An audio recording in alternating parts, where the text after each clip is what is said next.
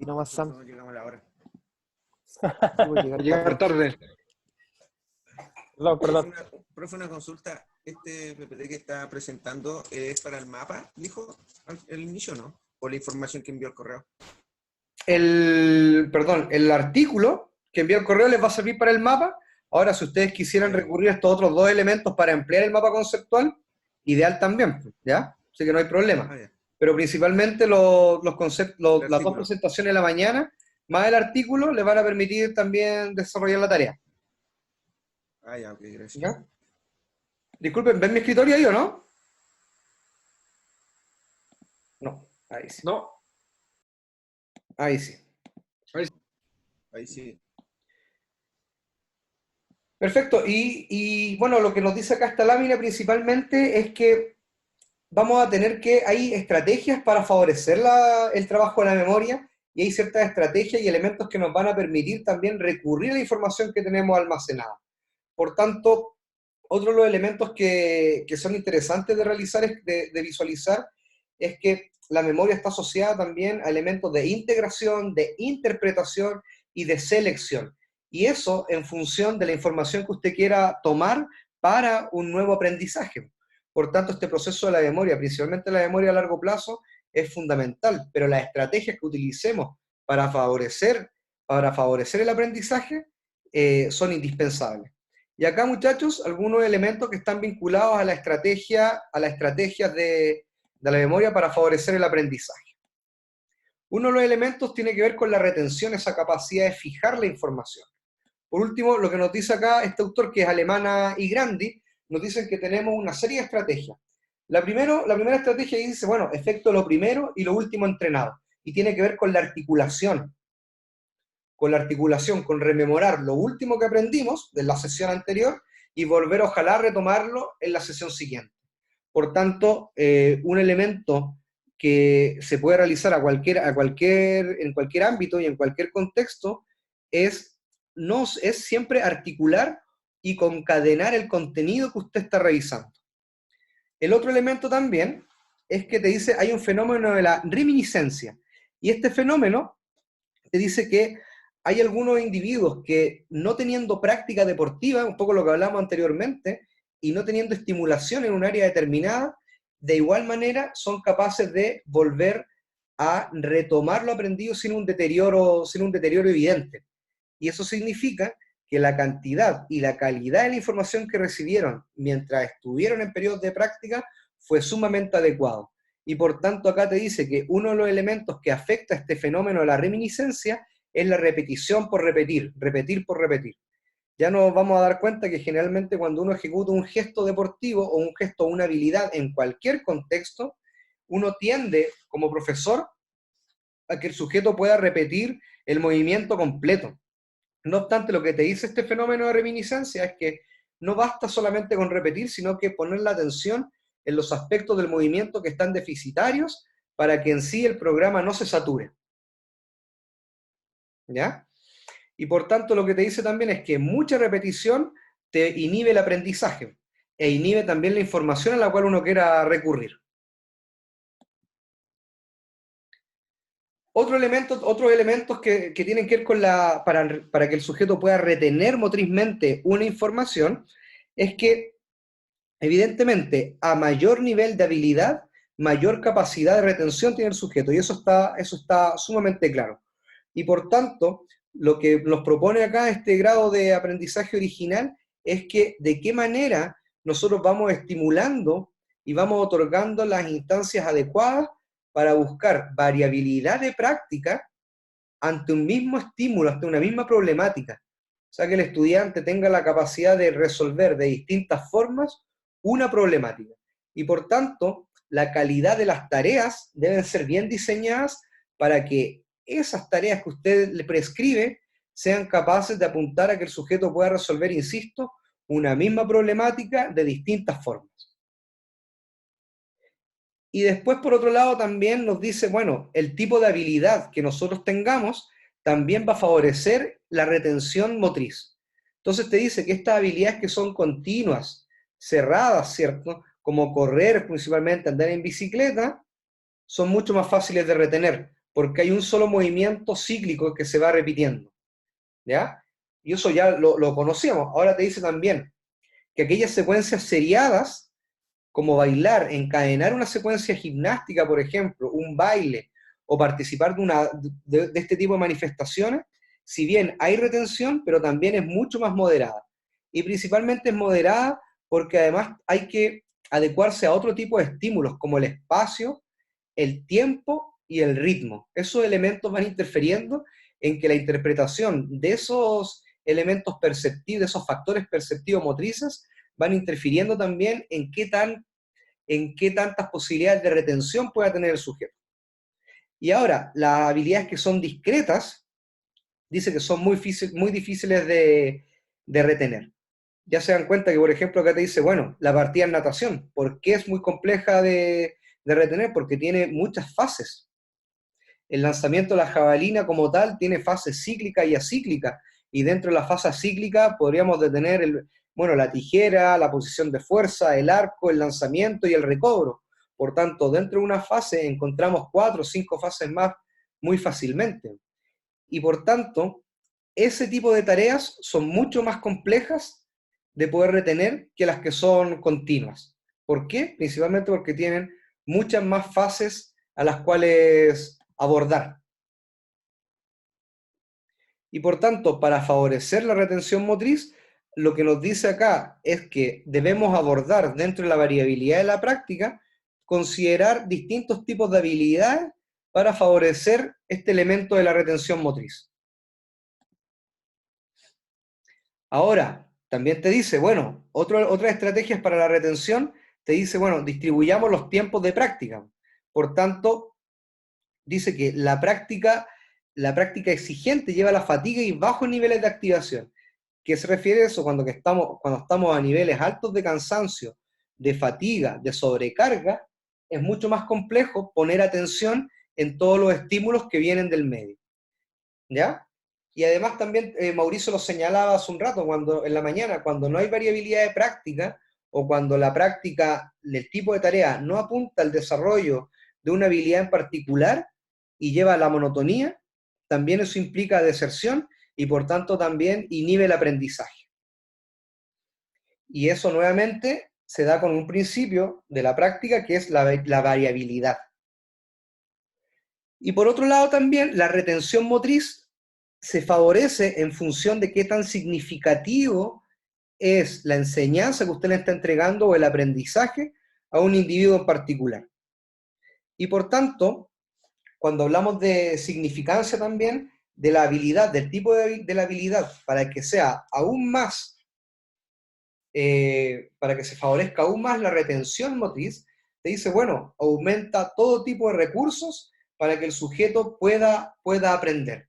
Un ejemplo de eso, por ejemplo, y que pueda retener también la información. Un ejemplo de eso es la típica enseñanza de la bandeja, donde te van colocando aros en el suelo, primero colores para marcar los pasos los cuales uno tiene que llegar, luego el ritmo y luego la elevación. Por tanto, son elementos que se te van haciendo significativos para la propia práctica.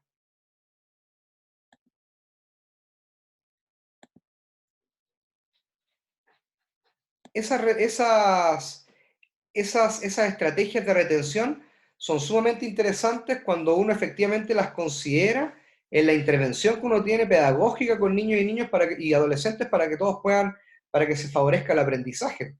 Porque ya nos dimos cuenta de que no solamente basta con que el niño ejecute, sino que entienda qué va a ejecutar, cómo lo va a ejecutar, porque eso también da cuenta de los elementos que pudo retener y del tipo de información que pudo retener al momento de la enseñanza.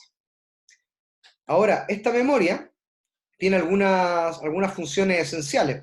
La primera es de registro, y por tanto ya señalábamos anteriormente que va buscando información codificada en términos que son sensoriales, y esta información se retiene principalmente a nivel del sistema nervioso. ¿A qué nivel? A nivel de los programas motrices. Entonces, cada uno de nosotros tiene elaborados programas motrices que se van almacenando en el sistema nervioso central, y esos programas motrices lo que nos permite es articular tipos de información sensorial para que luego la memoria a largo plazo pueda recurrir a la memoria a corto plazo y activar la memoria sensorial para poder registrar la información que necesita utilizar en un nuevo aprendizaje. Ya sabemos también de que efectivamente usted va almacenando, nosotros vamos almacenando información. Y ese almacenaje de información es producto de la práctica que usted ha tenido, de la práctica de la estimulación. Por tanto, un sujeto con poca estimulación en distintos niveles va a tener la desventaja de recurrir a menos información posible. Y por tanto, la información tanto sensorial y de cualquier tipo, la información a corto plazo y la información a largo plazo, se hace muy compleja o tiene menos posibilidades cuando la expertise motriz es menor. Otra de las funciones tiene que ver con la recuperación.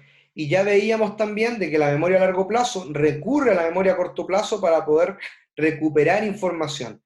Y por eso estos elementos por eso se hace tan importante esa estrategia de articular lo nuevo, lo antiguo con lo nuevo, porque de esa manera puedo recuperar de mejor manera la información que tengo almacenada. Y además también la memoria como función se manifiesta. ¿Y en qué se manifiesta? En que usted sea capaz de recurrir y demostrar y ejecutar la información que fue a buscar a cualquiera de estos dos tipos, a cualquiera de los tipos de memoria, para poder ejecutar nuevamente una acción motriz o un movimiento en particular que se requiera para aprender otro nuevo. Por tanto, estas 4 funciones de la memoria son fundamentales, y son fundamentales siempre y cuando se articulen con estos elementos de la retención motriz que vimos anteriormente. ¿Dudas, preguntas hasta ahí? ¿Vamos bien? Y por tanto, lo que nos damos cuenta, muchachos, también es que los procesos de memoria son fundamentales, más allá de la repetición y más allá de la automatización, son fundamentales principalmente para que los sujetos puedan ir a buscar esa información que tienen fijada y retenida para poder propiciar otros aprendizajes.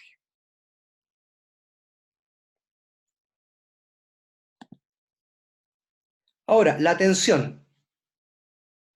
La atención, muchachos, corresponde a esa capacidad que tenemos los seres humanos para focalizar en un grupo, en un estímulo o en un grupo de estímulos determinados. Y acá nos vamos a encontrar con que tenemos tipos de atención. Una primera atención es la atención selectiva, es cuando usted reconoce, selecciona y fija un estímulo en particular. Y por tanto, ya veíamos anteriormente que esa atención selectiva, cuando son principiantes, se manifiesta mayormente en este grupo de personas, los que se están iniciando, ¿ya? Y por tanto, muchas veces en este contexto, esa atención selectiva es cerrada, no siempre es la adecuada para que el sujeto pueda aprender. Una segunda característica, y además también es un tipo de atención, esta atención que es dividida. Y nos dice ahí, bueno, vamos a poder focalizar la atención en algunos estímulos, no en uno solo, sino que en propiedades de estímulos, pero además también vamos a poder realizar actividades que son concurrentes.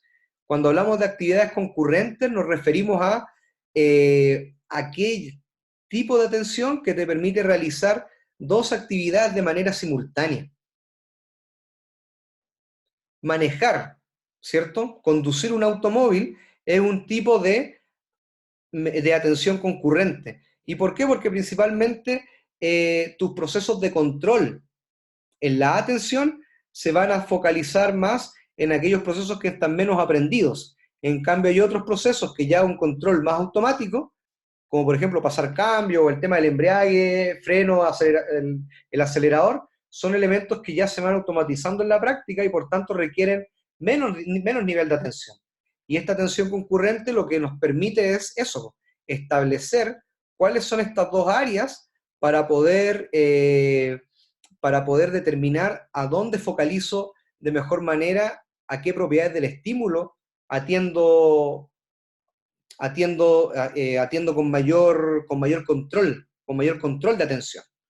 Y después, por otro lado, también tenemos la disposición de alerta. Y la disposición de alerta implica nada más y nada menos que estar atento al inicio de un estímulo. Por tanto, a mayor disposición de alerta, menor es el tiempo de reacción. Y acá esto es interesante con respecto a la disposición de alerta, porque si nosotros vamos también a algunos elementos al nivel del sistema nervioso central, nos vamos a dar cuenta que en el tronco encefálico se encuentra el cerebro primitivo, y el cerebro primitivo está vinculado al tono muscular. Por tanto, a mayor tono muscular, mayor disposición de alerta. Se dan cuenta que cuando uno está tenso o con la adrenalina a 1000, se supone que está mucho más activo, y ese nivel de activación va a depender del nivel de tono muscular, ¿ya? De cómo van interactuando el sistema nervioso simpático, parasimpático, los movimientos voluntarios e involuntarios, y luego también tu disposición de alerta. ¿Por qué nos dice eso? Que a mayor activación, entonces, debería haber un mayor tono muscular, pero además también una mayor disposición de alerta. ¿Para qué? Para focalizar una propiedad o una información determinada de un estímulo en particular.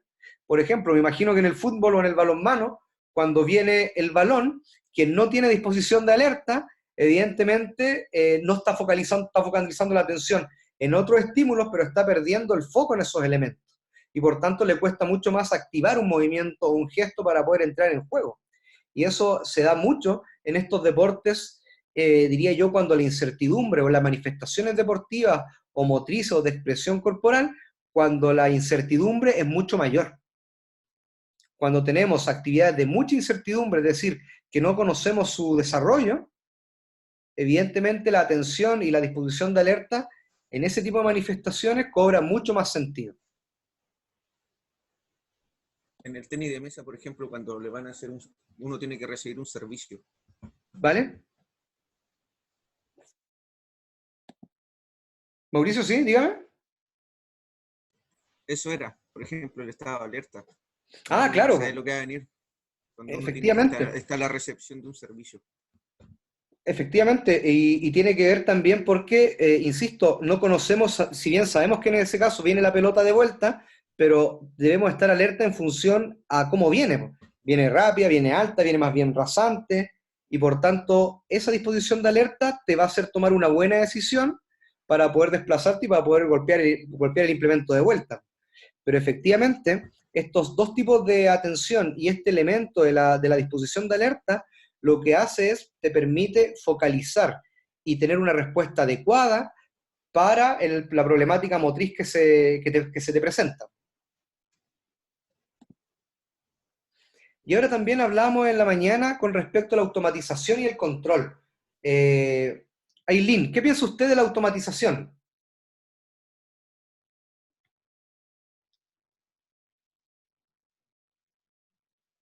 ¿De lo que hablamos en la mañana o lo que yo pienso nomás? No, lo que usted piensa. O sea, Lo que usted piensa. en repetición, adquirir, se me vienen como conceptos. ¿Ya? Adquirir, procesos, puede ser. ¿Ya? Pero ¿qué piensa usted con respecto a la automatización? ¿Qué percepción tiene usted de si es negativa, positiva, la considera o no la considera? Sí, yo la considero buena porque ayuda a fomentar y a madurar algunos movimientos, habilidades. Al menos yo pienso que es positiva. Perfecto. ¿Quién tiene una idea diferente o pudiese complementar la información de Aileen? A mí se me ocurre, profesor, que son como movimientos que son, como dice Aileen, repetitivos y que uno los va incluyendo dentro de su corporeidad. Por ejemplo, no sé, pues se me ocurre que lo que pasa con el arquero en el fútbol, todos sus movimientos son automatizados, él los aprende y luego él solamente los va ejecutando. Por ejemplo, si, no sé, pues van a patear un penal, él ya sabe más o menos los movimientos que tiene que aplicar. Entonces son como conductas repetidas o patrones motrices que están en consecuencia. No sé si me expliqué bien. Sí, se explica bien y además yo podría agregar ahí además que además hay programas que son estables. Por tanto, yo no sé si a lo mejor sabe lo que tiene que hacer, pero al menos sabe fijar la atención en aquellos estímulos que le van a permitir tener éxito en su respuesta. ¿Cierto?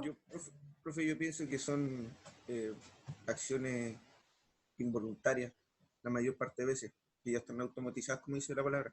¿Ya? Que uno las ejecuta nomás. Ya, Hay que pero eso... preparar la acción. Ya, perfecto. Sí, yo sé que y acá viene una idea bastante interesante. No es que los movimientos que sean automáticos sean involuntarios. Hay voluntariedad, pero lo que uno hace es dedicar menor tiempo, ¿ya?, para la ejecución del movimiento. Por tanto, más que sean involuntarios, es que disminuye el nivel de control que yo tengo sobre la ejecución del movimiento, ¿ya? Por tanto, la primera idea con respecto a la automatización es que yo soy capaz de automatizar cuando tengo mucha práctica, mucha expertise, mucha experiencia, y por tanto le dedico menos tiempo al control de mi cuerpo para dar esa respuesta determinada. No sé si me explico bien. O sea, por ejemplo, en este caso, yo estoy aquí sentado y de repente me viene un pelotazo. Yo no voy a preparar esa secuencia, sino que voy a levantar el brazo nomás para cubrirme. Eso ya es automático. Claro, pero es automático, hay un control que es voluntario, correr, ¿cierto? Claro. Levantar el brazo, pero además también lo que me refiero a esto es que no dedica tanto tiempo, no hay tanto tiempo de ejecución entre que llega el estímulo, entre que usted inicia la acción, ¿ya? Por tanto, se dedica menor tiempo posible, hay una menor dedicación de tiempo a cubrirse el rostro con la mano. ¿Por qué? Porque hay un mayor control. O sea, la asociación entre automatización y control es que las habilidades y los movimientos que están mayormente aprendidos, automatizados, requieren menor control. Los movimientos que son relativamente nuevos, poco estables, requieren un mayor control. Uno le dedica mayor tiempo a dar incluso la respuesta motriz. Para darle el aprendizaje. ¿Cómo? Para incluirle el aprendizaje nuevo. Sí, eso es, para que quede mucho más retenido. Piensa usted, no sé, pues, todos aprendimos en la U a nadar, a hacer el estilo mariposa, pues, y por tanto, evidentemente, es una habilidad que no teníamos adquirida, y el gesto del barrido, bueno, ahí yo sé que Maite se especializa en natación también, pero si yo hago alguna aberración me corrige porque a mí me costó mucho, pero evidentemente son elementos que uno no los tiene incorporados, la brazada, la forma de patear no las tiene incorporadas. Por tanto, uno pierde fluidez, y el hecho de tener menos fluidez implica que hay mayor tiempo de dedicación para ejecutar ese movimiento, y por ende hay un menor control. A medida que yo voy automatizando, insisto, tenemos más control sobre esos elementos y puedo discriminar mejor en qué elemento, en qué parte del estímulo centro mi atención. ¿Ya? Profe, yo quería aportar lo que estaban diciendo los compañeros sobre el concepto, que ¿Dale? cuando aparece la automatización, desde donde yo pude trabajar es como dentro del área de la psicología del deporte. Vale, Y a ver. ahí es donde se trabaja el consciente y el inconsciente. Ah, parece que aparecen aquí en las fichas. Sí, seguramente que aparece un poquito más, no sé si acá Claro, o más cuando adelante. Dale, pero dale. el individuo está en el consciente es donde tiene más atención, por lo tanto está aprendiendo, y en el inconsciente, por ejemplo, cuando una persona ya practica el deporte, ya desarrolla, por ejemplo, en el gesto del tenis, no tiene que recordar cómo va la rodilla, la rotación de la cadera o el golpe del derecho, por ejemplo, sino que simplemente lo hace, y ahí es donde se trabaja el inconsciente. Entonces, cuando algún deportista quizás presenta un déficit, se hacen estos coaching de psicología donde se reenfoca la atención al consciente para que él pueda mejorarlo en su inconsciente. No sé si logré llegar a la idea. Súper bien, porque además también esos elementos, lo que usted señala, es que indican que hay procesos que son de mayor control, requieren de otra estrategia para que la persona pueda llegar a focalizarla y sean procesos automáticos. Y por tanto, efectivamente, esos procesos que son poco controlados, tal como nos dice ahí, nos consumen mayor tiempo de atención, y muchas veces hacen que nuestra focalización en un estímulo sea el errado. No necesariamente es donde nosotros tenemos que centrarnos para poder aprender una nueva habilidad, un nuevo gesto, un movimiento en particular. ¿Ya? y por tanto lo que te dice acá es que los procesos de mayor control, un poco lo que señalaba anteriormente, es que implica que muchas veces interpretas de mala forma la tarea, lo que te prescribe el profesor, la persona que enseña, y por tanto al prescribirlo de mala manera, estás reinterpretando la tarea, y al reinterpretar la tarea, estás focalizando tu atención en unos estímulos que no apuntan al objetivo, ¿ya? Y esos elementos de procesos de control son esas fases o esos momentos en los cuales el sujeto pasa previo ya a la automatización. Y por tanto también esos elementos, procesos automáticos, se ejecutan, dice acá también, ante condiciones adversas. Imagínense, no sé, pues yo veo también el tema del fútbol. Evidentemente, el fundamento o la habilidad especializada y compleja, independiente del clima, de igual manera le permite resolver al sujeto. Una conducción del balón, a pesar de que hay elementos climáticos y de incertidumbre, pero de igual manera él es capaz de ejecutar, porque sabe al menos cuándo detener el balón, cómo controlarlo en condiciones climáticas adversas, y esos elementos también ya te hablan de procesos que son automáticos. ¿Ya? Y por eso el control y la automatización son dos conceptos que están sumamente interrelacionados. Y Profe, acá, dígame. los movimientos reflejos, por ejemplo, los reflejos de tipo de reacción, ¿dónde quedarían ahí? ¿Serían movimientos automatizados o es otra cosa nada que ver? Es que cuando hablamos de un movimiento reflejo, no hablamos de la voluntariedad, ya son movimientos involuntarios, que utilizan otro recorrido de estimulación para llegar a la vía eferente. La respuesta eferente no tiene un control del sistema nervioso central. Y esa es la diferencia. Por tanto, tampoco hay que confundir ni reflejo con la automatización. ¿Ya? La gran diferencia está en que... Profesor, Dígame, ¿quién es? yo, Margarita, mi Perfecto. pregunta es que usted dice que, por ejemplo, los movimientos voluntarios vienen desde el sistema nervioso central. ¿Eso quiere decir que los involuntarios, creo que si no estoy equivocada, vienen a partir de la médula? Así es. Perfecto. Esa era Así mi es. duda, gracias. Sí, sí, por eso digo, tienen distintas vías de donde surge el movimiento y el recorrido de donde surge el movimiento también. Y por eso es importante no confundir automatización con movimiento reflejo. Por ejemplo, los bebés, ya lo vieron seguramente con la profesora Jacqueline, pero el reflejo natatorio o el reflejo de la marcha que se mide a las 3 semanas, no hay una conciencia, el niño no tiene conciencia que lo está ejecutando, solamente lo ejecuta porque es un reflejo que es un registro que antecede a la marcha, pero a pesar de que antecede a la marcha, no tiene voluntariedad. A diferencia del gateo, en el gateo si es autónomo, es el primer movimiento, uno de los primeros movimientos autónomos, hay voluntariedad porque el niño se desplaza para ir en busca de un objetivo, de algo, pero no es un movimiento reflejo donde no hay conciencia, como decía Maite hace un rato, anteriormente. ¿Ya? Ahora, ¿cuáles son algunos elementos que hay que considerar con respecto a la atención?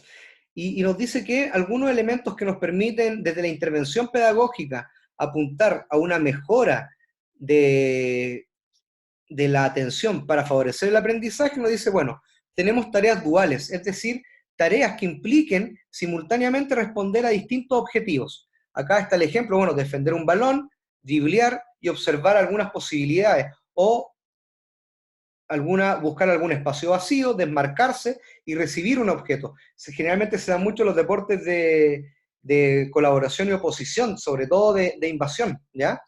Y después otro elemento te dice, bueno, la formación de la tarea parcial. ¿Qué significa eso? Se dice que principalmente son tipos de trabajos para personas que se inician en una manifestación motriz cualquiera. Y por tanto te dice que vamos a sobrellevar el tipo de estímulo de manera progresiva. Y por tanto, esa progresión del estímulo y de la tarea que usted plantea debería ser parte de una tarea mucho mayor. Es decir, vamos articulando. Y el aprendizaje para que el niño pueda atender a ciertos elementos es mucho más bien progresivo y más bien articulado. Por tanto, se entiende que hay una tarea que es principal y esa tarea principal está compuesta de subtareas. Vayan pensando ustedes más o menos en sus contextos en los cuales se desempeñan. ¿Cuál podría ser una tarea que es una tarea parcial y cuál sería su tarea principal? que te permite encadenar este tipo de movimientos para que luego se genere el aprendizaje. Y después, además, también tenemos la instrucción de adaptación. ¿Qué se refiere a eso? Que se refiere principalmente en dosificar y entregar de manera reducida o de manera aumentada el tipo de instrucción en función del estímulo que usted espera que el estudiante responda. Y por tanto, lo que nos dice ahí es entregar atención adicional a otros componentes de la habilidad. Es decir, que el estudiante, la persona, el individuo sea capaz de discriminar y saber discriminar a dónde va a ir focalizando y dónde va a ir centrando el foco de su atención. Y por tanto, en la enseñanza de una habilidad no necesariamente es ideal o es importante además que no solamente se piense en esta tarea principal para aprender un gesto, el gesto global, sino que también uno pueda ser capaz de ir entregando esta información y que vaya focalizando en gestos que son adicionales. Y se da mucho esto según el tipo de habilidad. Una habilidad discreta, como señalábamos anteriormente, del lanzamiento de la jabalina, tiene muchas fases y muchas partes, y por tanto generalmente uno lo que hace dice, bueno, en la enseñanza del lanzamiento va detectando ciertos errores, pero se centra en la carrera. Pero por centrarse en la carrera de ese movimiento en particular, está dejando de lado la focalización en otros elementos, como por ejemplo la posición del implemento, la vista al frente y la posición de fuerza a la cual tiene que llegar luego. Y eso se refiere a que voy reduciendo las demandas de la atención en una parte de la habilidad, pero voy agregando otras.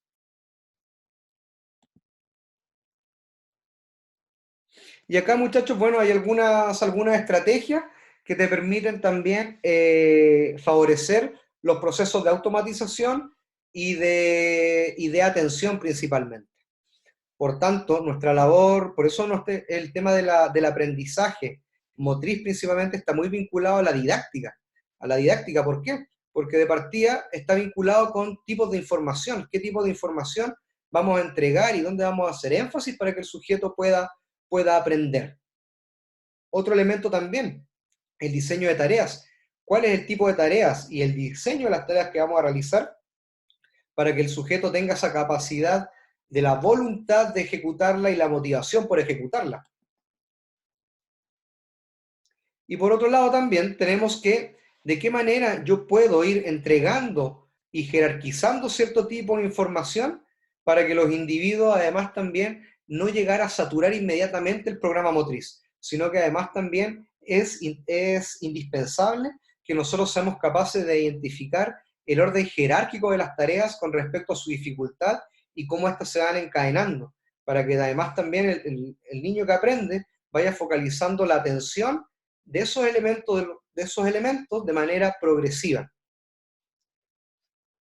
Y además también te dice, bueno, vamos a buscar la automatización en ciertos niveles de la habilidad, no en todos. ¿Por qué no en todos? Porque deberíamos nosotros hablar más que de una técnica en particular de algo, de cualquier manifestación, deberíamos apuntar, o al menos lo que pienso yo, de que el movimiento sea estable.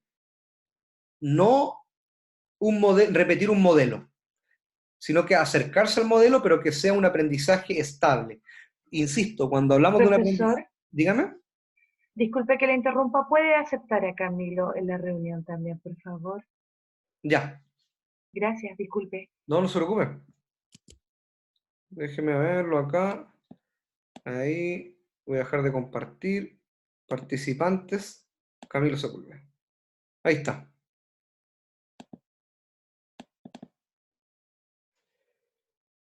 Ahí entró. Entonces, lo que señalo con esto es que, al menos personalmente, yo apunto a que niños y niñas y individuos y individuos en general tengan un componente estable de habilidad. ¿Qué se refiere a este tipo estable de habilidad?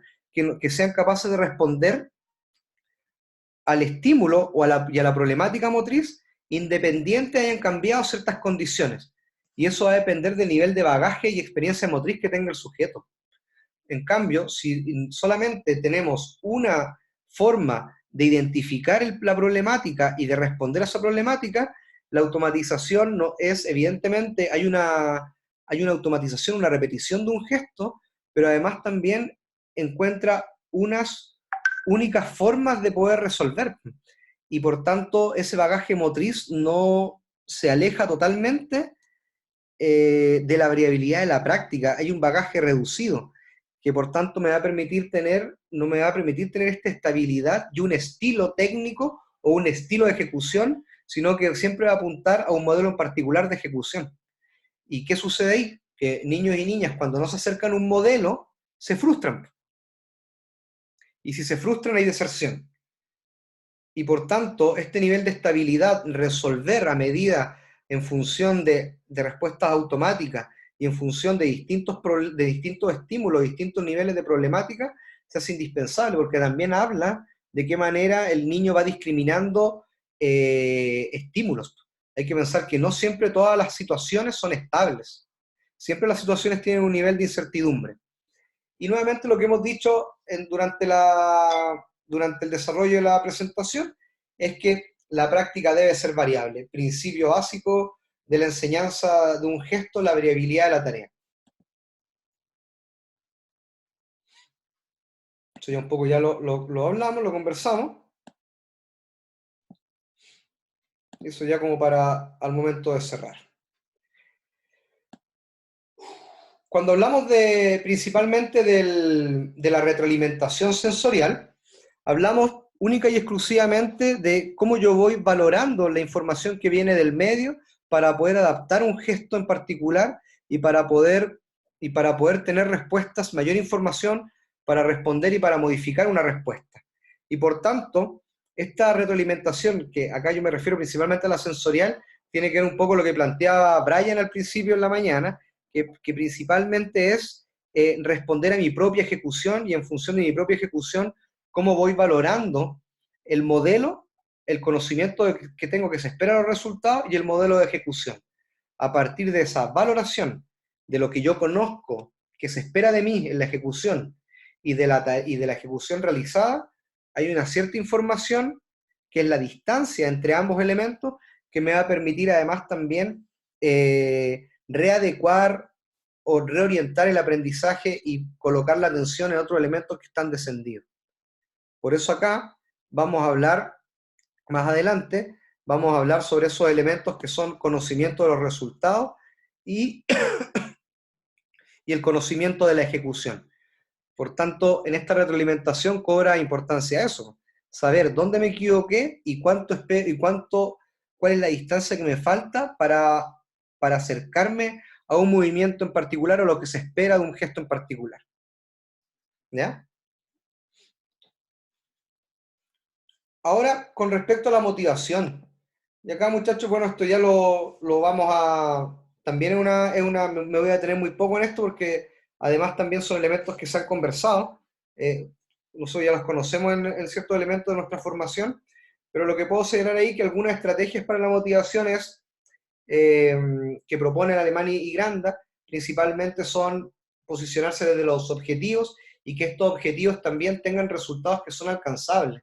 Y por tanto, insisto, yo he hablado harto del concepto de tarea motriz en la mañana, y por tanto, esa tarea motriz que uno propone en el diseño, se espera además también que sea alcanzable para todos, con condiciones y objetivos que estén a la mano de cada uno de los sujetos que van a aprender. ¿Ya?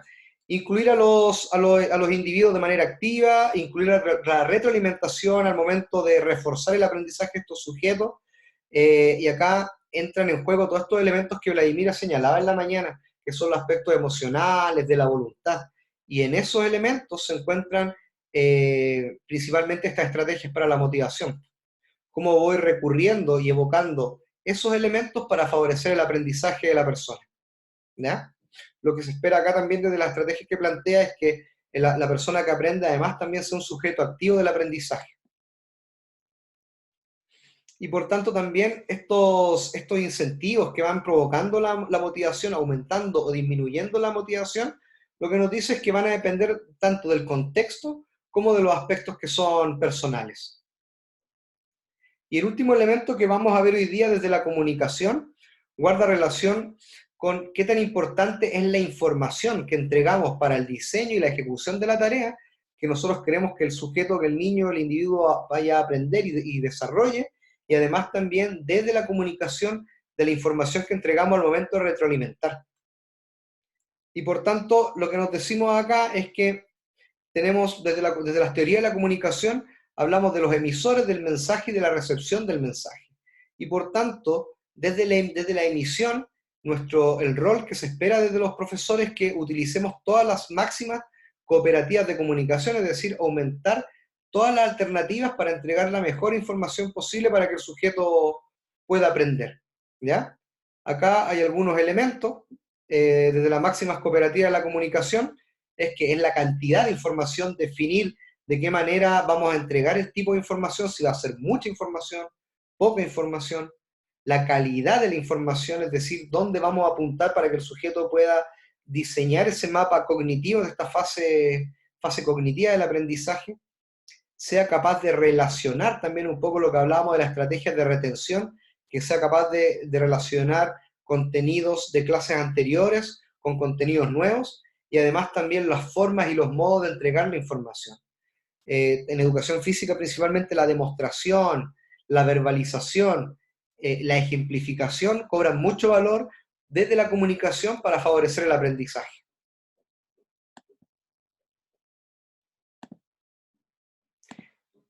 Eso, muchachos, profesores y profesoras, son los elementos constituyentes del aprendizaje motriz. ¿Alguien tiene alguna duda, alguna inquietud, consulta? Yo tengo una duda, ¿se escucha? Sí, súper bien, Tamara. Ah, ya. Que bajo su opinión y lo que usted cree, o sea, sabiendo que todas las personas son singulares, cada uno tiene sus cualidades, a nivel escolar estaría bien evaluar una técnica, por ejemplo, ya, el saque de vóley. ¿Ya? Está bien uno como profesor decir todos los patrones, pero evaluarlo, o sea, calificarlo.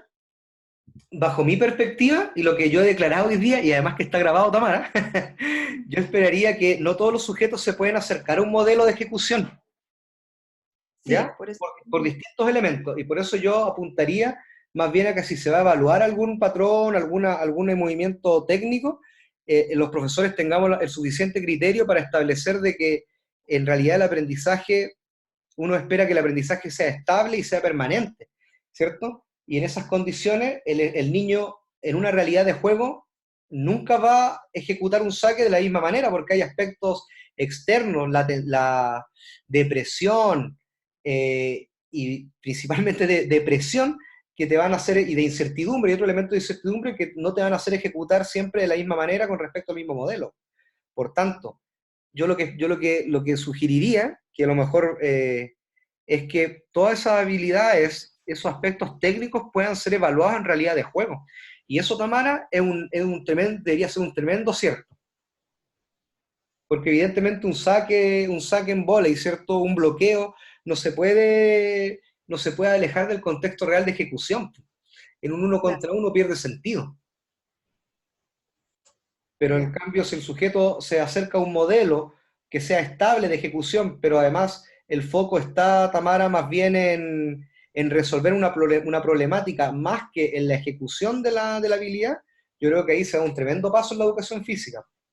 Si se da cuenta, y uno hace una revisión de pautas de evaluación sobre los deportes colectivos, yo conozco dos. El GPAI, que justamente es para los deportes de colectivos, de colaboración y oposición, pero de cancha dividida, que es el que entraría ahí el vóley, el GPAI, pero el GPAI no te mide aspectos que son técnicos. Y eso es un acierto, sino que te mide otros aspectos que son más bien tácticos y de resolución. Y está el otro test, que es el TESAP, que es más bien para deportes de colaboración, que ninguno de esos te mide aspectos que son técnicos. ¿Ya? Por tanto, bajo mi perspectiva, si el sujeto es capaz de acercarse a un modelo y tiene su estilo, pero es capaz de resolver, yo apuntaría que ojalá los niños y niñas puedan ya apuntar a resolver problemáticas. Porque, insisto, no necesariamente un gesto técnico en condiciones uno contra uno, todos sabemos que ya en realidad de juego cambia la cosa. Sí, pues, sí. Pero eso al menos lo que yo pienso. Muy bien, esperaba esa respuesta. Sí, esperas que bueno.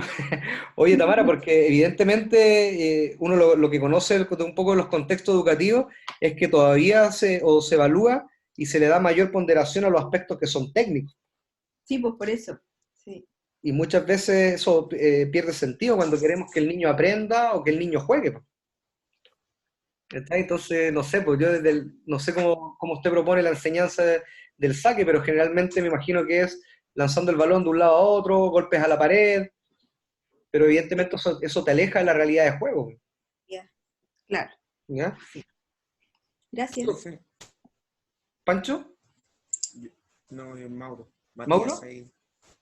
Dígame. Yo discrepo un poco en realidad, bueno, o sea, se entendí igual la pregunta de Tamara, pero hoy en día ya queda a criterio del profesor, ya cómo uno va a hablar.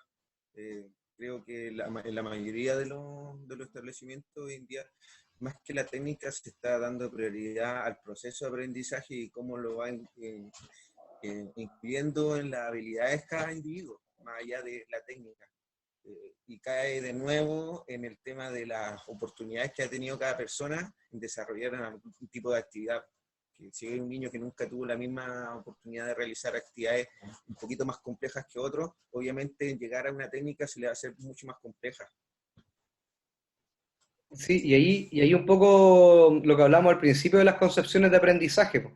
O medimos el producto, ¿cierto? Como tal, o nos centramos solamente en el resultado, o en el proceso de este aprendizaje, po, como el niño fue avanzando en realidad. Lo que yo entendía así de la pregunta de Tamara iba apuntando en eso, que cuando hablamos netamente de una adquisición técnica, ¿dónde nos centramos? Po, mi respuesta principalmente está en que yo preferiría que el niño aprenda a jugar, ¿ya? Y que vaya desarrollando su estilo técnico más que esté centrado y abocado a la enseñanza de un modelo en particular, porque en situaciones de juego, en cualquiera sea, te cambian las condiciones, pues. Te enfrentan distintos rivales, que juegan de manera distinta, tus compañeros también en los deportes colectivos no siempre tienen la misma forma de ejecución, y por tanto los niveles de incertidumbre no son estables nunca. Tiene que ver con eso principalmente, con la evaluación de un producto como tal. Y en cuanto a eso, yo la otra vez escuché que llevando en cualquier deporte, llevándolo a la técnica, hoy en día se está dando prioridad, quizás no tanto a eso, sino que a potenciar la habilidad que trae más que allá a la técnica. Sí, y ahí, bueno, un mejor avance. sí, y allí también hay Cuando posiciones desarrolla un deporte. desde el aprendizaje con más tiempo y ha sido interesante abordar modelos de iniciación en el deporte, ya hablando ya netamente de deporte como tal. Y hoy en día hay un grupo de autores que hablan sobre modelos de comprensión y modelos comprensivos, modelos emergentes, y dentro de eso el modelo comprensivo y modelos tradicionales. Los modelos tradicionales centrados en la técnica, en la ejecución de un patrón, y los modelos emergentes, y principalmente el comprensivo, centrado que sobre todo los niños y niñas puedan aprender a jugar y luego el cómo jugar, y luego desde la ejecución y luego el gesto técnico se va adquiriendo en el tiempo, ¿ya? Y eso implica principalmente que se aprende a partir de la comprensión táctica. Ellos ya hablan de una comprensión táctica del juego para luego ir abordando a partir de juegos modificados en la práctica y luego de eso ir acercándose de manera momentánea al deporte. ¿Ya? Entonces también hay unas posiciones que serían después, si quieres, las podemos ejecutar. Yo en este magíster me tocó guiar una tesis de una estudiante hace 2 años, hicimos eso. Hicimos una propuesta hicimos una muestra única, un estudio cuasi experimental, y lo que hicimos es diseñamos una propuesta basada en juegos modificados para niños de cuarto básico. Y luego medimos algunas variables de la condición física. Entonces, los medimos en un estado A, ¿ya? Peso, talla, calculo IMC, el VO2 máximo, ¿ya? Y después de eso, a partir de la implementación de la propuesta didáctica, nuestra hipótesis era, bueno, ¿había mejora o no había mejora en esta muestra única? Y sí hubo modificaciones del estado, del IMC de un grupo, y luego también hubo mejora en todo el grupo sobre el VO2 máximo. Y por tanto, pero siempre alojado bajo este elemento de un modelo de iniciación deportiva basado en la comprensión más que en la ejecución, ¿ya? Y evidentemente ahí pusimos en práctica todos estos elementos de diseño de tareas. Así que un estudio fue bastante interesante porque además alcanzó a hacer las 12 sesiones que la literatura en investigación señala cuando haces trabajos experimentales. ¿ya? Así que hay experiencias también en eso con respecto al diseño de este tipo de concepciones de entender la iniciación deportiva. Profesores, vamos a ir a la última patita. Y acá, más que a la última patita, yo me voy a abocar principalmente a no voy a ver toda la presentación, sino que voy a ver la mitad.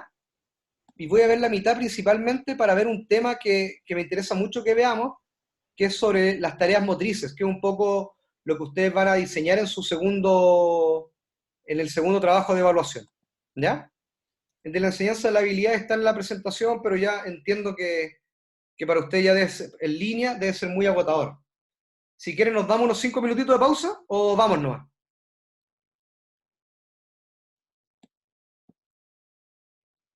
5 minutitos para tomar agüita. ¿Ya? Sí, para ir al baño, por favor, gracias. Listo. Vamos, yo me Sí. voy a hacer un cafecito. 5 minutitos entonces, un cuarto para las 4, retomamos. Ok.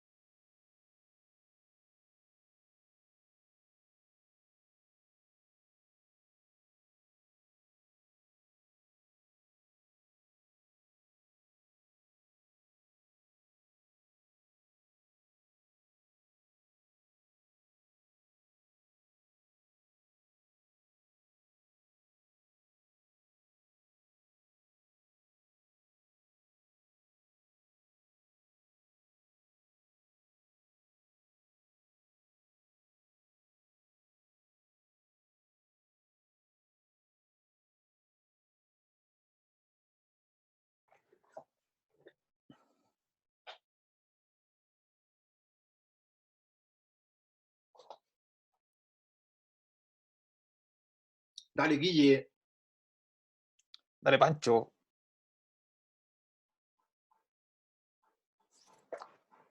¿Qué pasó? Guille, ¿te puedes soltar el pelo, porfa? ¿Y para qué, weón? Quiero ver cómo te queda el pelo suelto, weón. Privado, po. Privado. Te hablo por WhatsApp. Vale. ¿Y la chiqui? Estaba estudiando. La Andrea la tiene estudiando. Chiquillos, ¿y ustedes en qué han pensado hacer sus trabajos de grado? Escucha, ahora que me metí en colegio, profe, netamente colegio. ¿En Colegio, serio? colegio, colegio. Sí, no, todo colegio. ¿Quién te Todo, dijo? cualquier ¿Quién te cosa, dijo? colegio. No, pero sí es mi objetivo original, pues, profe. Los otros son Perfecto. aprendizajes que me van a ayudar a llegar al camino. Eso. ¿Y usted, Eileen, en qué ha pensado hacer su trabajo final de grado? Porque ya tienen que ir pensando ya, ¿no? En niños. ¿Ya? ¿Y en qué le gustaría estudiar? Me gustaría de los preescolares, en verdad. ¿Ya? Ah, qué bueno, ya. Bien, Sí, bien. eso estaba pensando. Eso. Panchito, usted no le pregunto porque ya hemos conversado. No, pero así como vamos, voy a cambiar la idea, voy a hacer un estudio de caso de mi casa, a ver cómo está en la cuarentena. Porque O así de las como- vacas allá en Chiloé, pues, weón. Ah, ¿y usted, Vladi? No estoy en LOL. Sí, Póngale no pausa al estudio play, LOL. Vladi.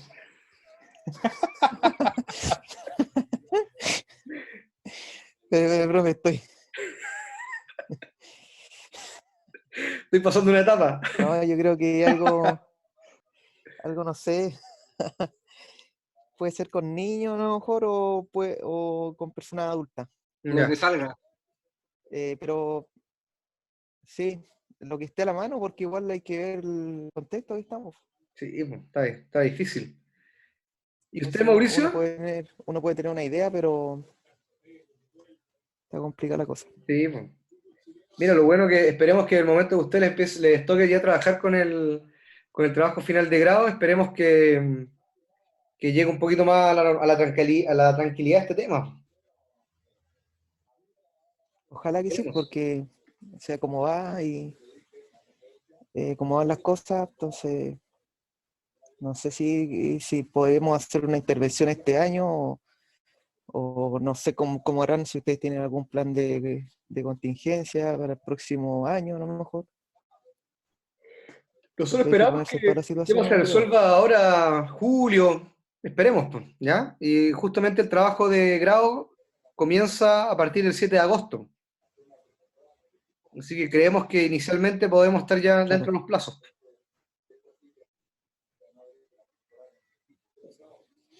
Así que, claro. Mauricio, Sam, Margarita, Tamara, Maite, ¿qué han pensado? ¿Sí que están ahí? ¿Sí? ¿Sobre qué, profe? Sobre su trabajo final de grado, ¿en qué piensa trabajar? Yo ¿Sí? era relacionado a sedentarismo, profe. Nada, ya, pero en adultos, Sí. ya, universitarios. Sí, podía ser universitarios o funcionarios de trabajo administrativos. Son los que tienen una conducta mayormente sedentaria. Claro. Pero no sé qué irá a pasar con todo esto. No, hay que tener fe nomás, pues, Sam. A esperarnos. Ya, muchachos, comencemos la segunda y última Está, partida. está cambiado Antares de la Luz. Está cambiado Antares de la Luz. ¿Y usted, Brian, Antares de la Luna, el le grupo. preguntemos, ¿y usted en qué ha pensado? Pero un grupo adulto entre 40 50 años, En nada. o si no en niños de jardín. Ya. Voy a conectar el video si me van a seguir molestando. ¿Y usted, Mauricio, en qué ha pensado usted su trabajo final de grado? Osama. ¿El mío? ¿Sí, Mauricio? El mío yo voy a seguir con una temática que lo presenté el semestre pasado con el profe Cristi, que es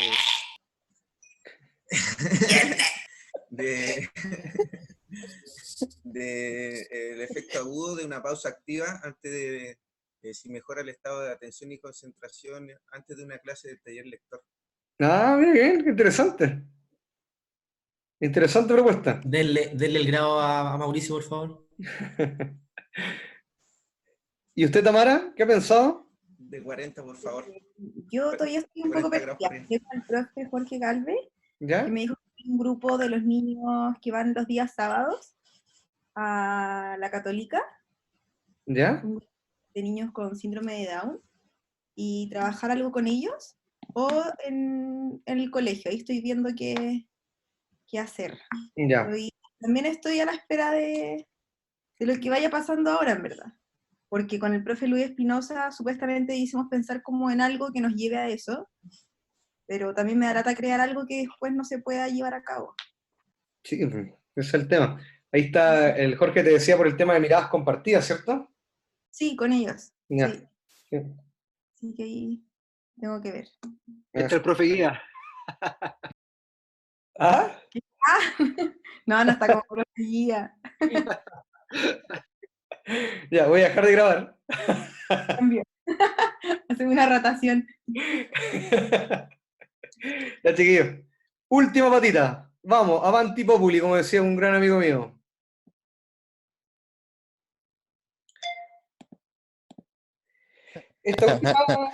Esta última parte, profesor y profesoras, tiene que ver más bien con vamos a hacer la diferenciación entre tarea y actividades. Y por tanto, me voy a centrar en una parte de la presentación, la otra ya no la voy a revisar porque creo que acá está lo central y además también para no agotarlo tanto, ¿ya? Y una de esas, si me motivo, quizás que me vaya con todo, ¿ya? Quizás hasta que ahora vamos a estar acá. Y por tanto, muchachos, cuando hablábamos de las habilidades, nos referimos principalmente a que la enseñanza de las habilidades en particular implica un proceso que es didáctico y pedagógico.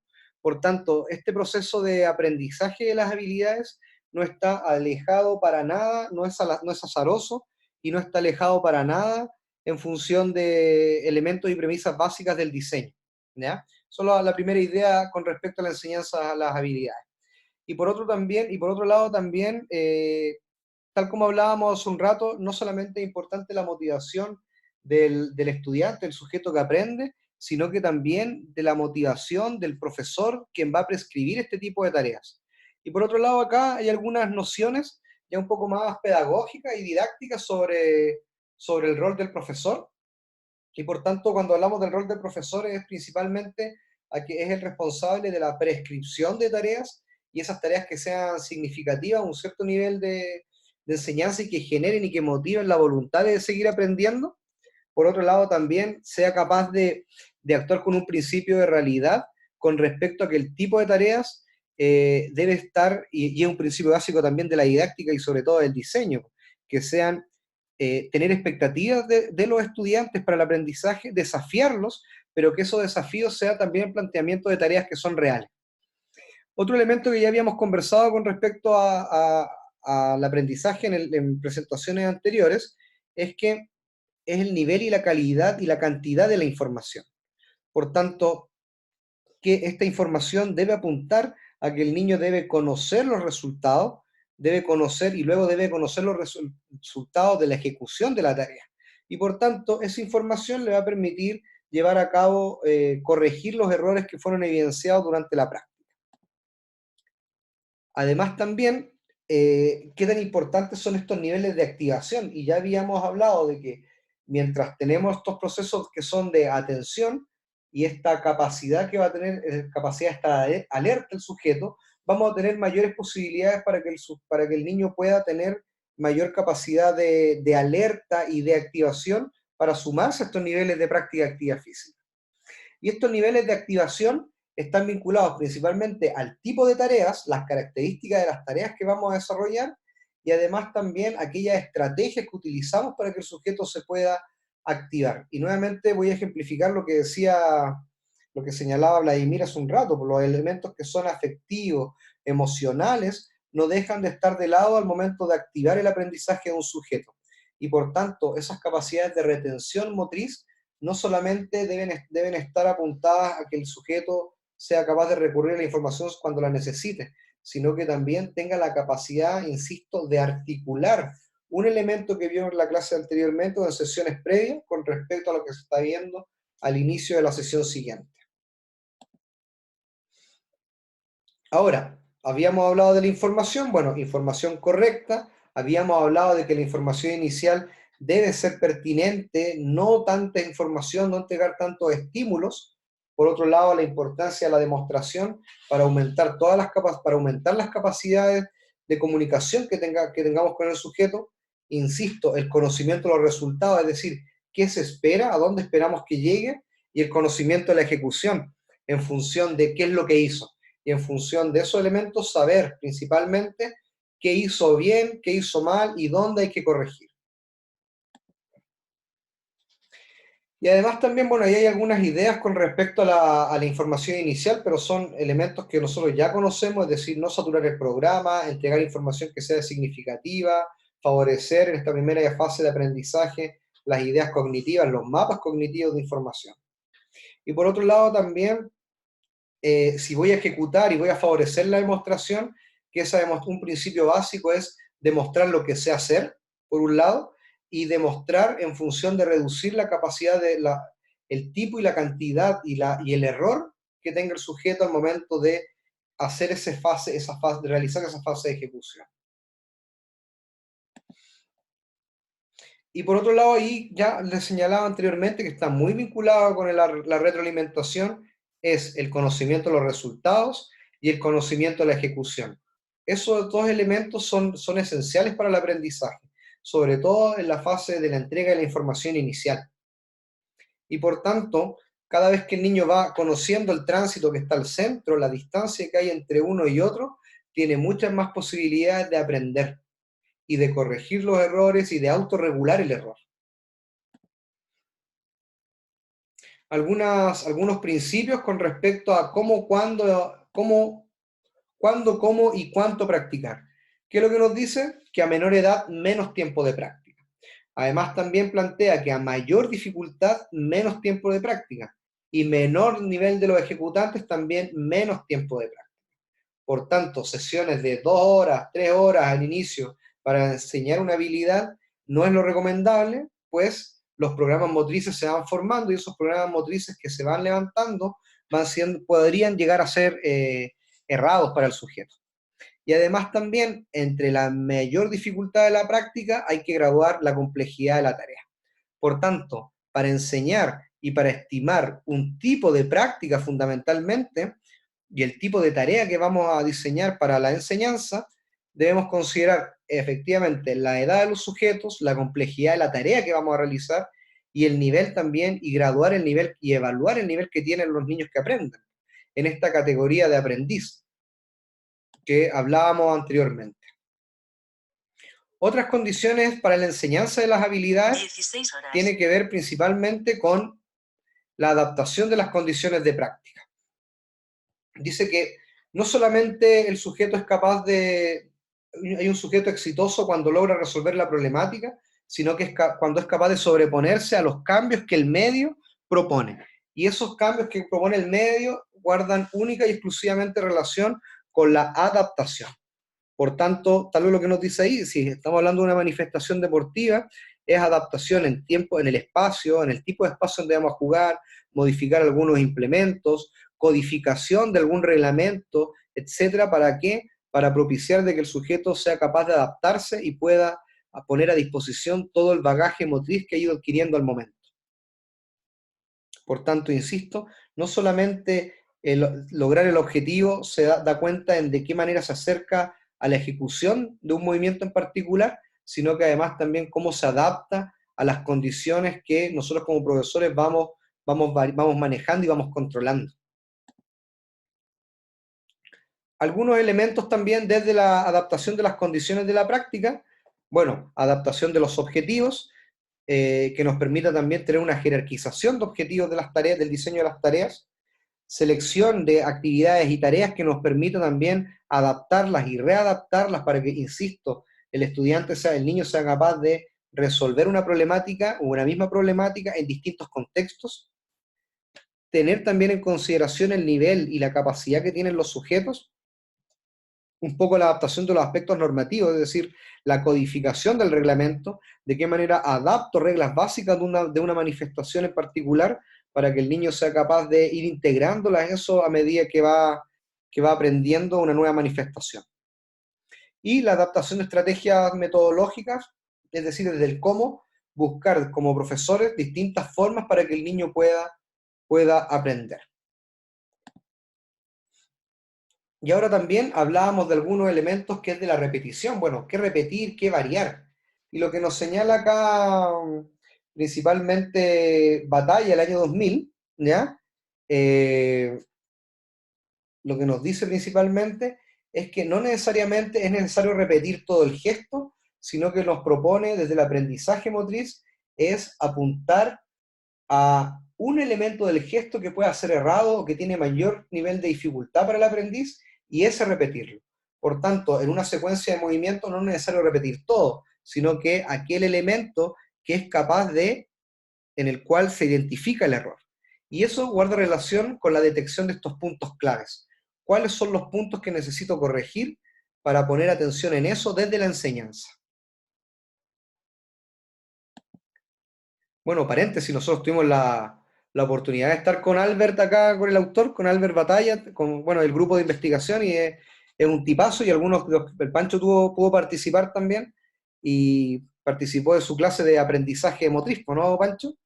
Que él hizo su tesis doctoral en aprendizaje motriz, así que Albert Batalla Flores es un sujeto que hay que ir a consultar. ¿Pancho? No, que le digo que sí, yo tuve la oportunidad de estar en sus clases, y excelente, así que léanlo.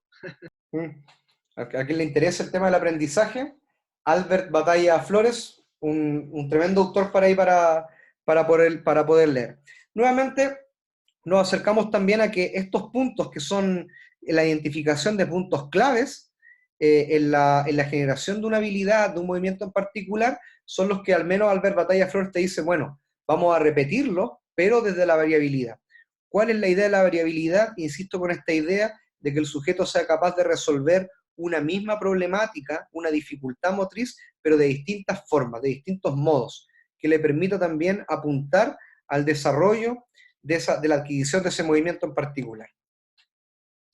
Y ahora, en la última parte, lo que les quería señalar es que un medio fundamental para el aprendizaje de las habilidades motrices son las tareas motrices.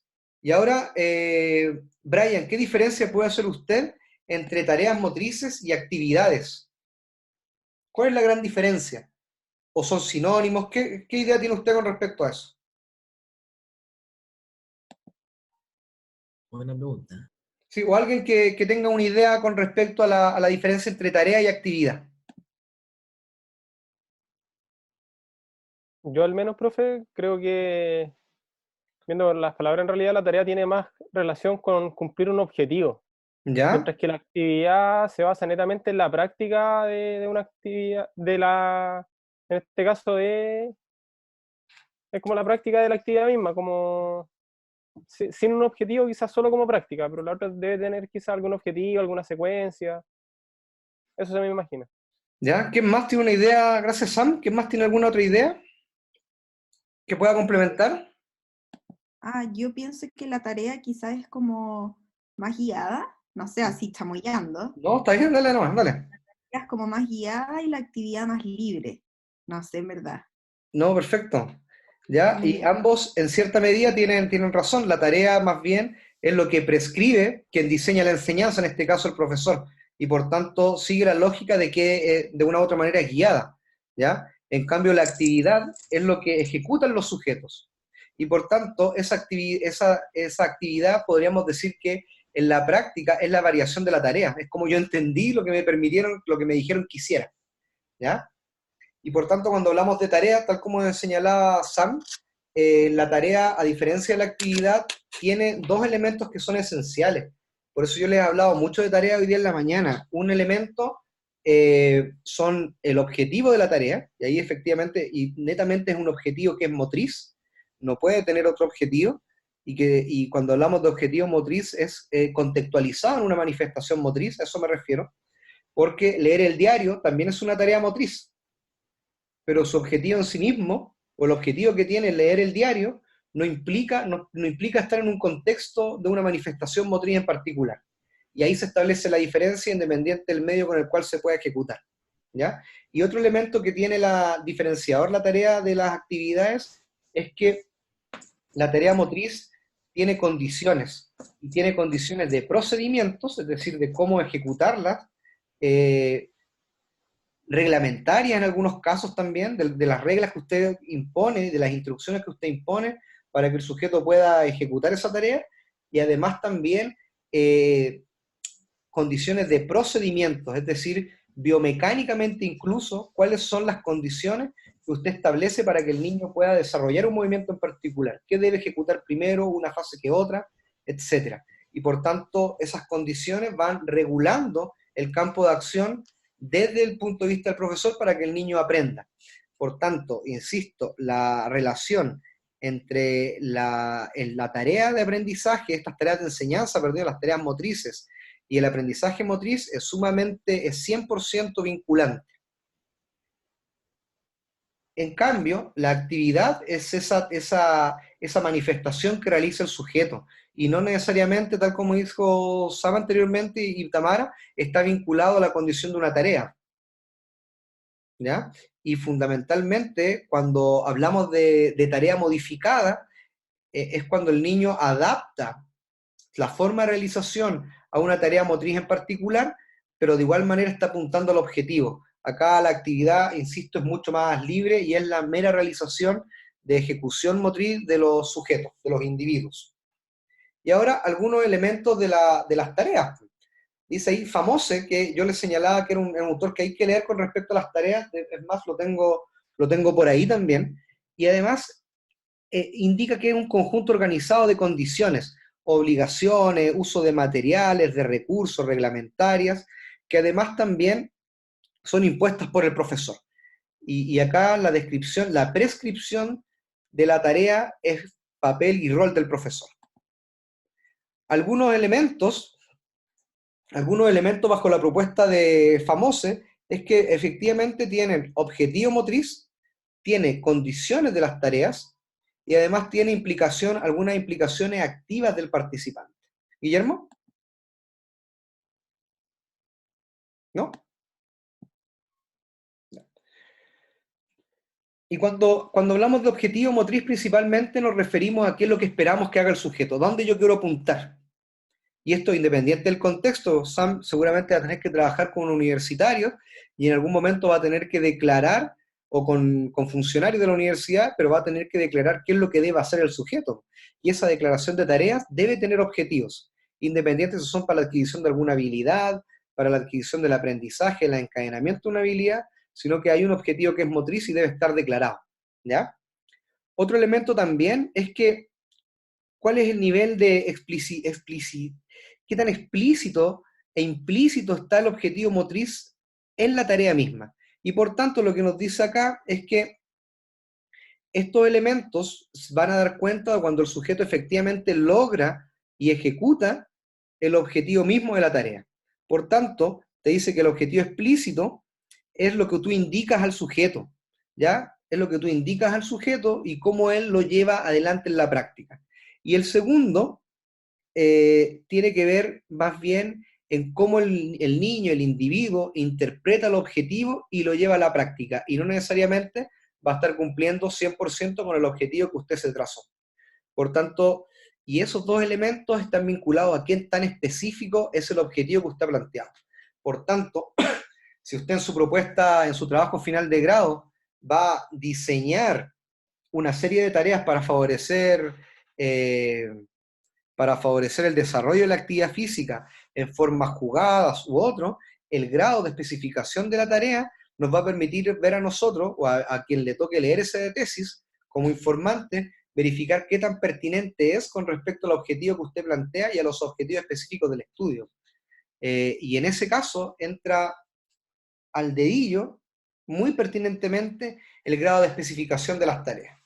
Y por tanto, también nos dice que la definición de un objetivo bien o mal definido, de una u otra manera, se verifica cuando el sujeto logra realizar la tarea que usted le pidió o no la logra realizar. y por tanto hay una tremenda responsabilidad ahí de quién la diseña, de quién la prescribe. Otro elemento también es que estos objetivos motrices debiesen apuntar a hacer análisis de las tareas, y eso nos va a permitir ir articulando tareas de menor a mayor complejidad y jerarquizarlas en menor a mayor complejidad. Y por tanto, esos objetivos también deberían ir apuntando al desarrollo de esas habilidades que se proponen en la enseñanza de esas tareas.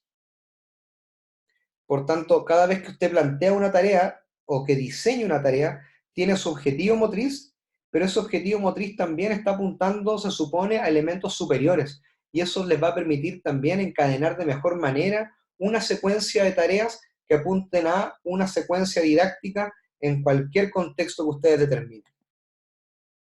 Y las condiciones de la tarea principalmente se refieren a estas condiciones del entorno, que pueden ser tanto de bioinformacional, es decir, espacio, el tipo de espacio donde usted va a proponer que realicen la tarea, el tipo de habilidad que va a desarrollar en la tarea, el tipo de ejecución que desarrolla en la tarea, y el nivel de incertidumbre, mayor o menor incertidumbre en el desarrollo de la tarea. Y por otro lado, tenemos estas condiciones también del entorno, pero de tipo biomecánico, es decir, cuáles son las acciones motrices que usted espera que el niño realice en la tarea y que deba desarrollar en la tarea motriz.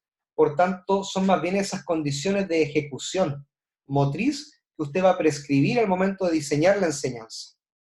Y evidentemente esas condiciones de ejecución de una tarea en particular le van a permitir al niño aprender un nuevo gesto o el aprendizaje motriz en cualquier situación. Disculpe. ¿Gladys? ¿Me escucha? Sí. Sam, creo que lo sacó Ninet y necesita entrar de nuevo. Disculpe la molestia. No se preocupe, Vladimir. Por favor. Ahí está. Puros problemas, Sam, en esta clase. Hay que eliminarlo del magíster. No, si se soluciona rápido. ¿Ya? Gracias. Perdón, profe, mi internet está un poco inestable hoy día, así que... No se preocupe, Sam. Si se la molestia. Gracias. Y además también estas condiciones biomecánicas, lo que se espera, lo que hace también del sujeto es ajustar ciertos movimientos. Y por tanto, las condiciones de ejecución o las condiciones de la tarea pueden variar entre el entorno mismo, de manera bioinformacional, insisto, o de manera biomecánica, para que usted pueda prescribir y considerar esas condiciones al momento de estimular el aprendizaje. Y cuando hablamos principalmente del sujeto, es que ojalá mayor implicancia para que el niño tenga la posibilidad de tener alguna implicación cognitiva en la resolución de las tareas que usted plantea. Por tanto, cuando hablamos de esos procesos de conciencia, de mayor control o de mayor automatización, aquellas tareas deberían apuntar también a procesos de mayor control cognitivo, tal como decía Maite, a procesos de mayor conciencia, para que el sujeto esté aún más implicado en el aprendizaje mismo. Y por tanto, este diseño de tareas también de una u otra manera mira y revisa el planteamiento de estos otros elementos que componen el aprendizaje motriz.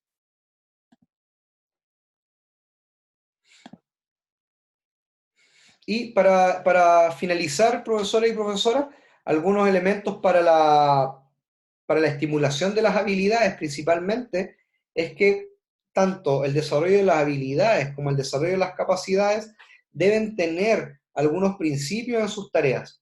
Por ejemplo, que sea justa, oportuna, saludable, sistematizada, fundamentada y diferenciada. Cuando hablamos de cada una de ellas, cuando hablamos de que sea sistemática, es que la planificación del desarrollo de las habilidades debe tener como punto fijo algunos objetivos, métodos y las formas de la evaluación.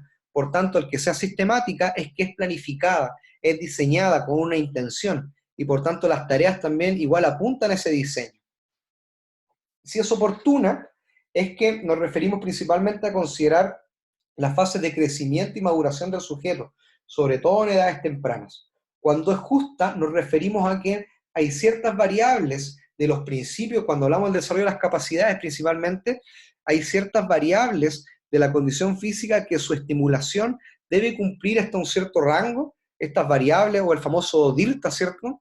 Las variables del entrenamiento para el desarrollo de las capacidades deben estar graduadas, y ahí también, como les decía anteriormente, un elemento a revisar que les sugiero que es muy interesante, el de la fase sensible, además también que sea diferenciada en función del género, de las particularidades de cada sujeto, del nivel de experiencia, ya eso lo señalaba Mauricio hace un rato anteriormente, y por otro lado que sea saludable, es decir, qué tanto impacto tiene en la salud, pensando también en este nuevo contexto en el cual nos encontramos, de que la actividad física y la salud son elementos también esenciales que van determinando la práctica también. Fundada en el conocimiento científico, y ustedes en su formación de magíster se están formando en eso, tienen formación, ya teniendo una formación científica, y además también, insisto, considerar aquellos principios del entrenamiento para el desarrollo de las capacidades, cuando se estimulen las capacidades, y considerar esta etapa de crecimiento y maduración. Profesor, no quedó nada por ver. 5 diapositivas, pero de una u otra manera esas 5 diapositivas ya las fuimos viendo en el transcurso de la conversación.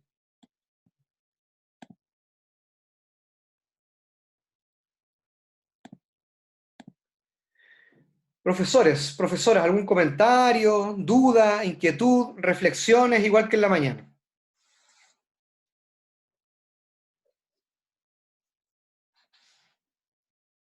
Yo, Tamara, que ¿Sí? cada vez después de estas clases como que quedo como que uno se cuestiona su quehacer pedagógico, como a ver si uno lo está haciendo bien o mal en el colegio, como que de repente digo, pero ¿por qué voy a evaluar esto si no lo debiese, o sea, calificar?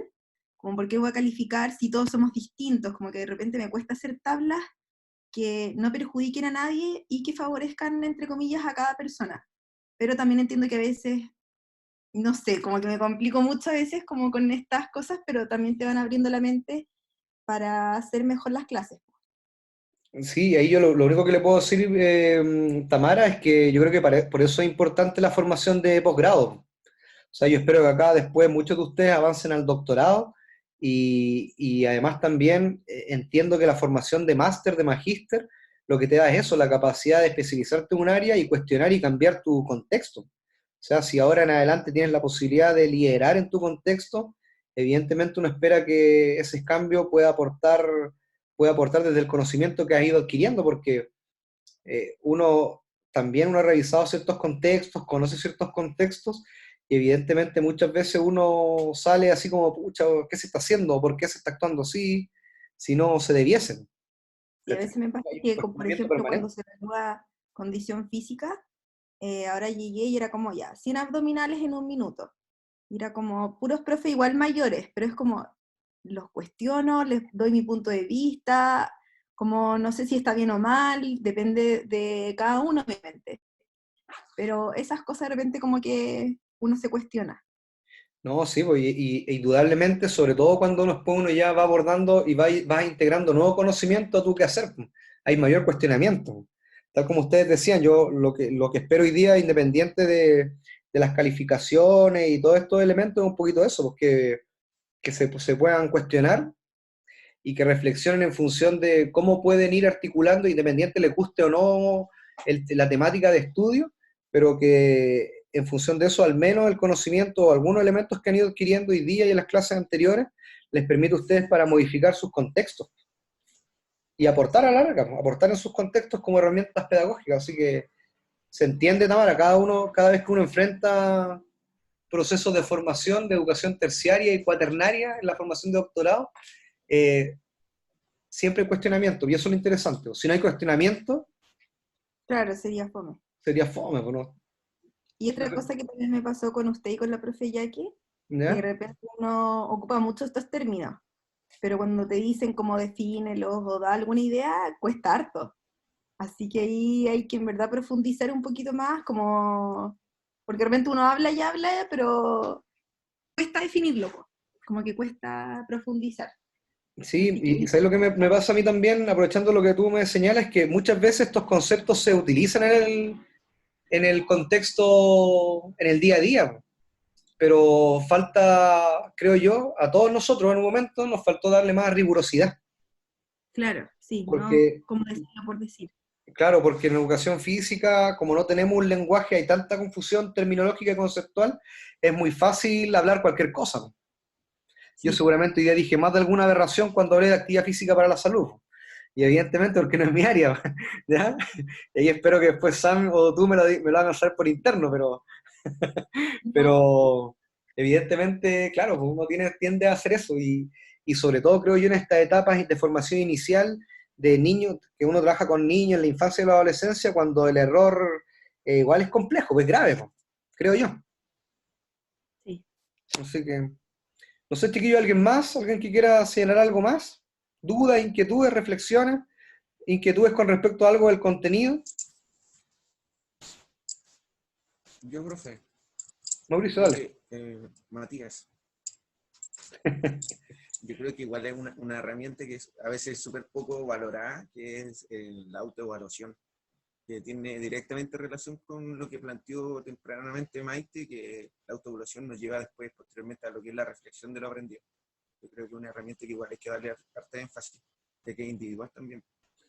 Así es. Y cuando uno profundiza en esos elementos de autoevaluación y de coevaluación, lo único que hace ahí es estimular la reflexión y mejor aún la metareflexión, pues llegar a periodos a procesos de metareflexión, lo que un poco estaba haciendo Tamara hace un rato, la metareflexión tiene que ver con reflexionar sobre mi propia práctica, modificar la práctica y volver a reflexionar sobre esa práctica que fue modificada. Y creo yo que los procesos de autoevaluación favorecen a eso, para aumentar la metareflexión y sobre todo ustedes que están en formación de magíster. La formación de magíster te obliga a eso en particular, pues sobre todo entendiendo que la definición del magíster es la especialización, es ser maestro en algo, en un tema en particular.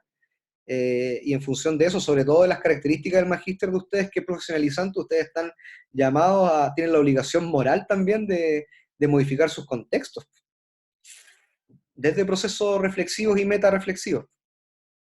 ¿Ya? Sí, profe, yo no me quiero robar el crédito de nadie, pero no me acuerdo haber hablado de autoevaluación. Quizás le habló otro compañero o compañera. No sé, Mauricio. No sé. No, yo dije de la reflexión. Dije de la reflexión. Ya. Profe, ahí está que la escuchando mal. autoevaluación te lleva a una reflexión. Claro. Ya, ahí lo enlacé, Maite, ¿vio? Sí, muy bien, profe. Ya, y por tanto, yo creo que esa es más allá de la adquisición del conocimiento que ustedes tengan y vayan adquiriendo en cada una de las asignaturas, la riqueza está en cómo lo pueden utilizar, cómo lo pueden adaptar para modificar sus contextos. ¿Ya? Yo, esos chiquillos, les quiero agradecer porque evidentemente en condiciones de virtualidad cambia la situación, es más complejo realizarlo, y evidentemente también cuando uno condensa mucho lo que quisiera ver en vez de 7 horas presenciales, traté de condensarlo para que se lleven algunos elementos, los primordiales, para que les puedan servir de una u otra manera en sus proyectos de grado. Bajo mi perspectiva, ahora, si no cada uno también, insisto, los va a ir aplicando en función de esos elementos. Así que desde ya, gracias por la atención, por haber participado hoy día, por el nivel de participación también. Así que yo por mi parte quedo a su disposición, chiquillos, con respecto a lo que necesiten de aquí en adelante, ¿ya? Pero me despido. Espero que las evaluaciones, las pautas de evaluación hayan sido lo más clara posible. Y las evaluaciones también, porque al menos yo sé que y que ustedes consideren también de que las evaluaciones se relacionan con lo que vimos hoy día, que estén articuladas. Como para cerrar, porque igual yo, como la cosa online, estoy súper dispersa, entonces, para aterrizar, hay que hacerle un mapa conceptual con el contenido que usted nos envió, Sí. con lo que hemos visto. Principalmente ¿ya? Con las 2 presentaciones de la mañana, ¿ya? Y con el documento que les mandé al correo y que está en el aula. Ya, es una lectura así, es un artículo que un artículo. Envió. Ya. ¿Sí? Eso, ¿ya?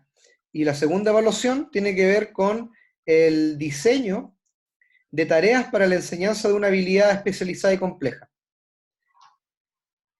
Ok. ¿ya? Y está la plantilla también en el aula. Insisto, si requieren más plazo del segundo trabajo de evaluación, me avisan. Yo y Pancho tiene línea, bueno, todos tienen, la mayoría tiene línea directa conmigo, pero Panchito ahí le pido que usted sea el coordinador del grupo y me comente si requieren más plazo para ese tema. ¿Ya, Panchito? Ya, profe, no hay problema. ¿Ya? Y cualquier duda, chiquillo, yo estoy ahí atento a consulta. Margarita ya me envió un mail para pedir material adicional, así que cualquiera que tenga ese interés también me lo señala. ¿Ya? Ya, profe. En honor al tiempo y en la puntualidad, como yo le había dicho, Gracias. siendo las 4:27, doy por cerrada la sesión de hoy, chiquillo. ¿Ya? Muchas gracias, profesor, que esté bien. Chao, Margarita, que esté muy bien. Profe, profe, nos vemos. consulta para los compañeros que no están en la reunión. ¿Se puede ver esta reunión en qué plataforma? Mira, la voy a grabar ahora, de hecho la estoy grabando, la voy a convertir a YouTube y de YouTube la voy a subir al aula virtual. Si los que no todavía tienen acceso al aula virtual, bueno, lo voy a solucionar a partir del lunes, pero también les voy a enviar el link por el correo electrónico a todos, que los va a llevar a un link de YouTube. Ah, qué buena, profe, gracias. Ya, y van a tener ahí las dos clases disponibles. Que yo en mis Profe. tiempos libres soy youtuber. Profe, ¿y todos los demás profesores deben grabar la clase o es algo voluntario que usted está haciendo o es por protocolo que de esta modalidad online que graba No, la clase y la sube? no lo hemos establecido, es más bien una práctica que yo realizo. En el pregrado también la Deberían realizo. hacerlo todos. ¿Cómo?